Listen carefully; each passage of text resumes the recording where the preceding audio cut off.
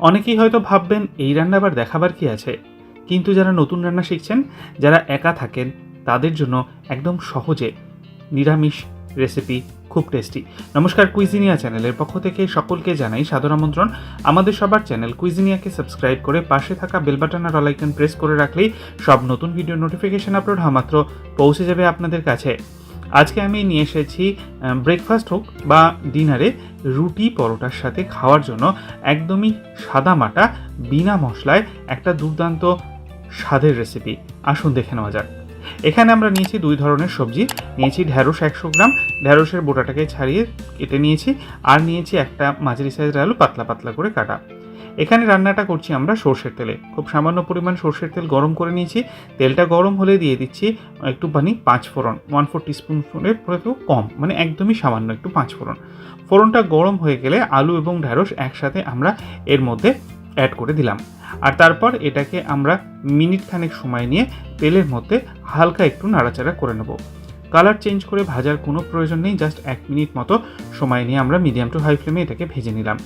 এরপর দিয়ে দিচ্ছি একটা মাঝারি সাইজের টমেটোকে স্লাইস করে কেটে। টমেটোটাকে দিয়ে আরও একবার নেড়ে চেড়ে মিক্স করে নিলাম। এরপর দিচ্ছি এর মধ্যে আদা, 1/2 ইঞ্চি আদা স্লাইস করে কেটে নিয়ে দিলাম। এটাকে কিন্তু অতি অবশ্যই স্লাইস করে দেবেন, আর এই রান্নাটাই কিন্তু আদার গন্ধটাই কিন্তু সবচেয়ে আসল। দিয়ে দিলাম স্বাদ অনুযায়ী নুন, দিচ্ছি সামান্য 1 চিমটে পরিমাণ হলুদ গুঁড়ো আর সামান্য একটু চিনি দিয়ে আবারও একবার নেড়ে চেড়ে মিক্স করে নিলাম। আর কিন্তু কিছু অ্যাড করার প্রয়োজন নেই। হয়ে গেলে এরপর এতে আমরা দিয়ে দেবো পরিমাণ মতো জল। যেহেতু পাতলা পাতলা করেই কাটা রয়েছে, 250 মিলিলিটার পরিমাণ জল আমরা এখানে দিয়ে দিচ্ছি। জলটাকে দিয়ে নেড়ে চেড়ে মিক্স করে নিচ্ছি। আর তারপর এটাকে আমরা একটা ঢাকনা চাপা দিয়ে 7 থেকে 8 মিনিট মিডিয়াম টু হাই ফ্লেমে কুক করব। ফিরে আসলাম 8 মিনিট পর, ঢাকনাটাকে খুলে নিলাম। জলটা কিন্তু টেনেই গেছে। আমি একটু চেক করে নিচ্ছি, হ্যাঁ সবজিগুলো কিন্তু সেদ্ধ হয়ে গেছে। একটু হালকা খুন্তি দিয়ে 2-1টা ঘেটে দিলাম আর গ্যাসের ফ্লেমটা অফ করে দিলাম। তৈরি হয়ে গেল দারুণ স্বাদের সম্পূর্ণ নিরামিষ, একদম চটজলদি বানানোর মতো একটা রেসিপি, যেটা ব্রেকফাস্ট বা ডিনারে রুটি পরোটার সাথে আপনারা সার্ভ করতে পারেন।